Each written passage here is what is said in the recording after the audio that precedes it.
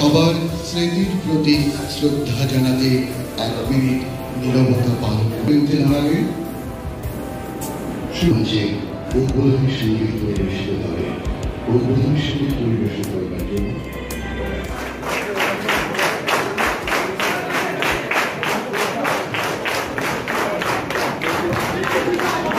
আমরা এখানে সংগঠিত যাব 19 জুলাই, যার ফলে সত্যের কাছে নত হয়ে বৌদ্ধিক প্রাপ্তদের ফিরিয়ে আনা এবং গ্রেট পরিবর্তন PB2 থেকে PB3 হয়েছিল, তাদেরকে আমরা সম্মাননা দিচ্ছি। নত হয়ে বৌদ্ধিক প্রাপ্তদের ফিরিয়ে আনা এবং গ্রেট পে পরিবর্তন PB2 থেকে PB3 যে অনশনকারী আন্দোলনের মধ্য দিয়ে সংগঠিত হয়েছিল, সেই বীর অনশনকারী যারা আজকে এই মঞ্চে শিক্ষক স্বার্থে উস্তির লড়াই চলছে চলবে, শিক্ষা স্বার্থে উস্তির লড়াই চলছে চলবে, শিক্ষার্থীদের স্বার্থে উস্তির লড়াই চলছে চলবে।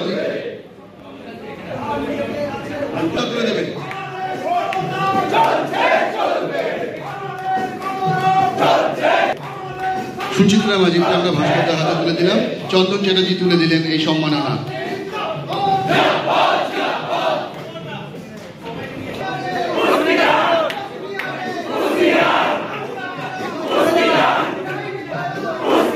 মৌসুমী বড়ুয়া আসেনি তো? আচ্ছা, ওই জেলার পক্ষ থেকে কেউ আসুন। পুরুলিয়া জেলা ধীমান চৌধুরী তুলে দিচ্ছেন এই সম্মাননা। আমরা এই বীর উস্তিয়ানদের আজকে এই সম্মাননা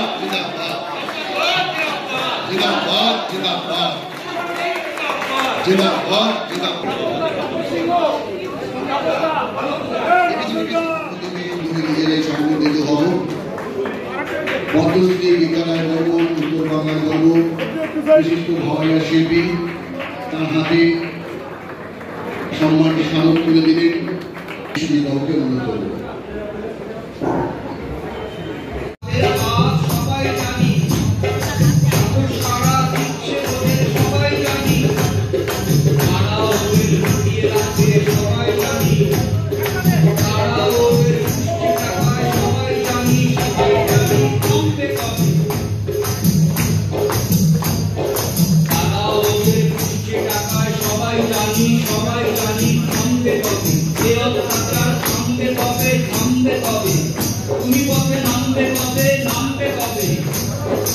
আমার রাজ্যে আমার দেশে নিজের মতো থাকবো, আমার রাজ্যে আমার দেশে নিজের মতো থাকবো। তুই কে বলার রাত্রিরে আমি বাইরে কেন থাকবো? আমার রাজ্যে নিজের মতো থাকবো। তুই কে বলার কোন পোশাকে কতটা শরীর থাকবো? রাত্রি আমার দিন আমার রাতটা আমার জন্য, রাত্রি আমার দিন আমার রাতটা আমার জন্য। করে পুণ্যি করে আর কত কি রাত ঢুকে গেল বন্ধ। থামবে কবে ফেরত টাকা? থামবে কবে? থামবে কবে? তুমি কবে নামবে? কবে নামবে?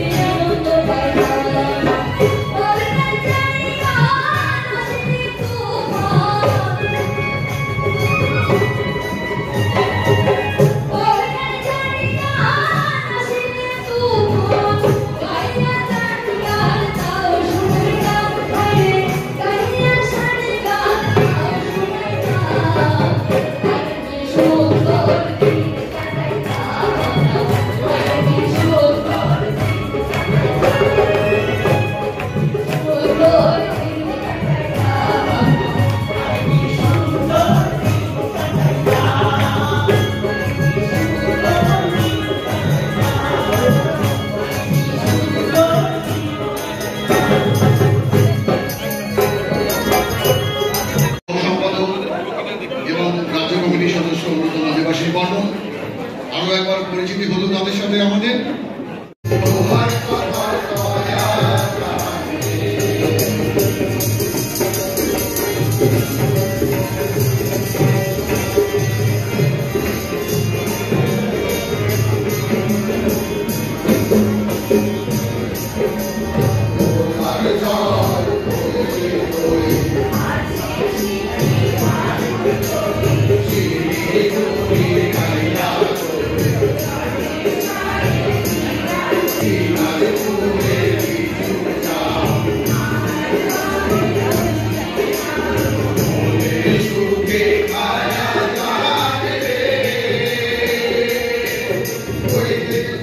আমরা খুব গর্বিত তিনি আমাদের মাঝে উপস্থিত হয়েছে।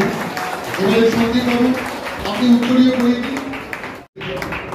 সন্দীপবাবু পুষ্পস্তবক তুলে দিন, আর ভাস্করদা আপনি আমাদের ছোট্ট উপহার আমাদের তুলে দিন।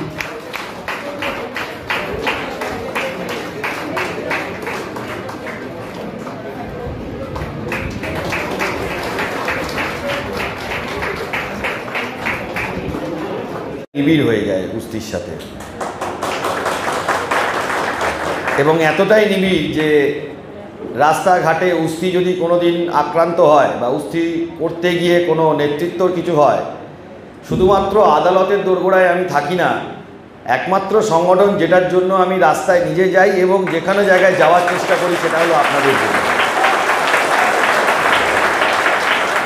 আপনারা যে পরিমাণ করেন, আমার আপনাদের সকলকে প্রণাম যে আপনারা শিক্ষক এবং শিক্ষিকা। আমাকে আপনার ছোট ভাই এই হিসাবে নেবেন যে আমার তরফ থেকে যদি কোনো ভুল হয়, শিক্ষক যেরকম অভিভাবক, আপনারাও আমার অভিভাবক, যদি কোনো ভুল ত্রুটি কোনো সময় কিছু হয় ভবিষ্যতে সেটাকেও আপনারা দেখে আমাকে শিখিয়ে দেবেন, কারণ আপনারাই সমাজটাকে তৈরি করছেন।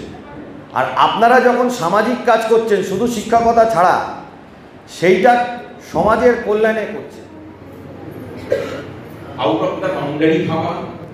আজকে সকালবেলাতেও দেখেছেন আমাদের গভর্নিং বডির প্রতিবেদন পেশ করেছে গভর্নিং বডির একজন সাধারণ সদস্য, সেক্রেটারি প্রেসিডেন্ট কিন্তু পেশ করেন, যেটা নিয়ম হয়ে থাকে। আমরা নিয়মটাকে ভাঙতে চাইছি সবসময়, সেই কারণের জন্যই এই কাজগুলোকে করা, যে আমরা ডানপন্থীও নই, আমরা বামপন্থীও নই, আমরা মানুষপন্থী একটা সংগঠন। সুতরাং আমরা আমাদের করে আমরা সংগঠনটাকে চালিয়ে নিয়ে যাব। সংগঠনের যেখানে যেখানে মনে হবে যে আইন আমার স্বাভাবিক করতে বাধা দিচ্ছে, সেখানে আইন পরিবর্তন হবে। তাহলে এটা নয় যে প্রতিমুহূর্তে আমরা আইন ভাঙতে থাকবো। আর এতদিন আমাদের মানে যুব জগতের কালে যেটা আমরা দেখে এসেছি যে সংগঠন মানেই সেখানে একটা প্যানেল ফেলে দেওয়া হয় যে এই প্যানেলের এই এই এই এই মানুষকে আমরা দিলাম, আপনারা সমর্থন করেন, আপনারা বলেন হ্যাঁ সমর্থন করেন। সেই সব ঝামেলাতে আমরা যাই, সমস্তটা আপনাদের হাতে ছেড়ে দিয়েছি। আপনারা ভোট দিন, যাদেরকে যাদেরকে মনে করছেন যে এদের দ্বারা সংগঠনটাকে ভবিষ্যতে ভালো করে চালিয়ে নিয়ে যাওয়া সম্ভব হবে, তাদেরকে আপনারা নির্বাচিত করুন। সম্পূর্ণটা আপনাদের হাতে ছেড়ে দেওয়া হয়েছে। আপনারা যেভাবে ভালো বুঝে করবেন সেই ভাবনা চিন্তার প্রতিফলনে আগামী দিনে করুন।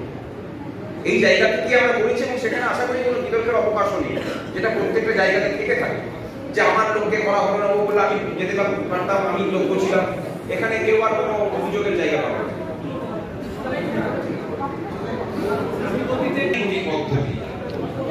সেটা উস্তি প্রাইমারি টিচার্স ওয়েলফেয়ার অ্যাসোসিয়েশন প্রথমে এভাবে করলো এবং এই আইনি প্রফেশনাল ওয়েতে করা হচ্ছে। এবং কে কাকে ভোট দিয়েছে সেটা কিন্তু আমাদের কারো কাছে ডিসক্লোজ হবে না। যারা আছেন ওখানে ব্যাঙ্গালোরে, এটা শুধুমাত্র তাদের কাছে তথ্য আছে এবং আমরা বলেছি যে 3 দিনের মধ্যে যদি কেউ জানতে চায় আমি ঠিক জায়গায় ভোটটা করেছি কিনা, তাহলে সেই ব্যক্তি তথ্য পাবেন। অন্যথা 3 দিন পরে সমস্ত তথ্যগুলোকে ডিলিট করে দেওয়া হবে। মানে এই সমস্যা আমরা ইয়ে করেছি। আবার বলি, উস্তি united primary teachers welfare association তার নতুন গভর্নিং বডি তৈরি করার জন্য এই প্রথম সমস্ত সদস্যদের অনলাইন ভোটিং এর অধিকার দিল যে আপনারাই আপনাদের পছন্দ মতো নতুন কমিটিকে তৈরি করে।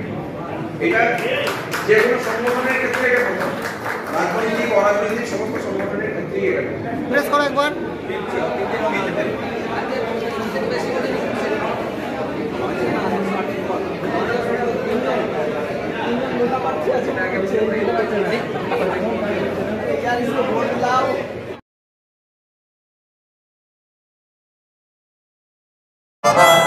অসহ্য অবিচার স্তব্ধ হয়েছিল তারা ব্যস্ততা হাজার চারিদিকে খেয়াল পেছনে দেয়াল সে যেমন কাঁদিয়েছিলেন দিয়ে কপাল কেউ মরণকাল কেউ ভয়ে কাতর কেউ বানিয়ে ভয় ভয় ভয়ে পাথর আর কবে আর কবে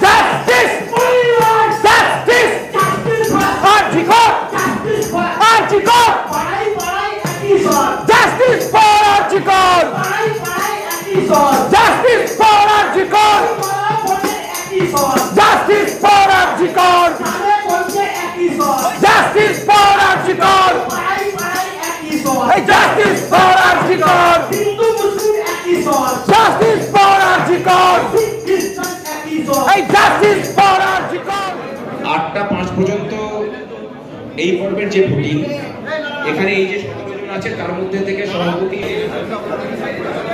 নির্বাচিত করবেন না আমি প্রচেষ্টা করে দিচ্ছি এবং তারপরে সাবমিট করবেন।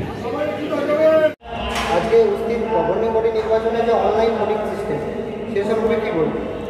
অনলাইন ভোটিং সিস্টেমটা ইউপিটিডব্লিউ এর একটি যুগান্তকারী কাজ। ইউপিটিডব্লিউ এর নিত্য নতুন আবিষ্কারের পথে চলে, যা অন্য কোনো সংগঠন করে না, যা অন্য কোনোভাবে হয় না, সেটাই ইউপিটিডব্লিউ এ নতুনভাবে ধরা দেয়। এবং আমরা আগেও দেখেছি এবং ভবিষ্যতেও দেখব, যা ইউপিটিডব্লিউ করে তা অন্যরা ফলো করে। এটাও একটি সেই রকমই কাজ। আমরা এই ভোটিংয়ে অংশগ্রহণ করতে পেরে খুবই আপ্লুত হয়েছি। অত্যন্ত সময় বাঁচানোর জন্য এবং কাজ বাঁচানোর জন্য এটা একটা যুগান্তকারী সিস্টেম। খুব অল্প সময়ের মধ্যে প্রায় 111 জন এই ভোটিং সিস্টেমে অংশগ্রহণ করেছেন এবং প্রত্যেকেই খুব স্যাটিসফাইড। ভোটিং সিস্টেমটা নিয়ে আমরা প্রত্যেকেই খুব স্যাটিসফাইড, খুব ভালো লেগেছে। এই ভোটিং সিস্টেমটি যিনি করেছেন তিনি অত্যন্ত দক্ষ এবং সেটা আমরা এই জন্য বুঝলাম যে ভোটটা হয়ে যাওয়ার খুব অল্প সময়ের মধ্যেই রেজাল্টটা পাওয়া গেছে এবং খুব নিট অ্যান্ড ক্লিনভাবে কাজটা হয়েছে। তাকে সংগঠনের তরফ থেকে তাকে আমরা ধন্যবাদ জানাই যে তিনি আমাদের এই পদ্ধতিটি তৈরি করে দিতে সাহায্য করেছেন। ভবিষ্যতে হয়তো এই পদ্ধতিটি সর্বমনোগ্রাহী হবে এবং সকলেই এটি অনুসরণ করবে বলে আমরা মনে করছি।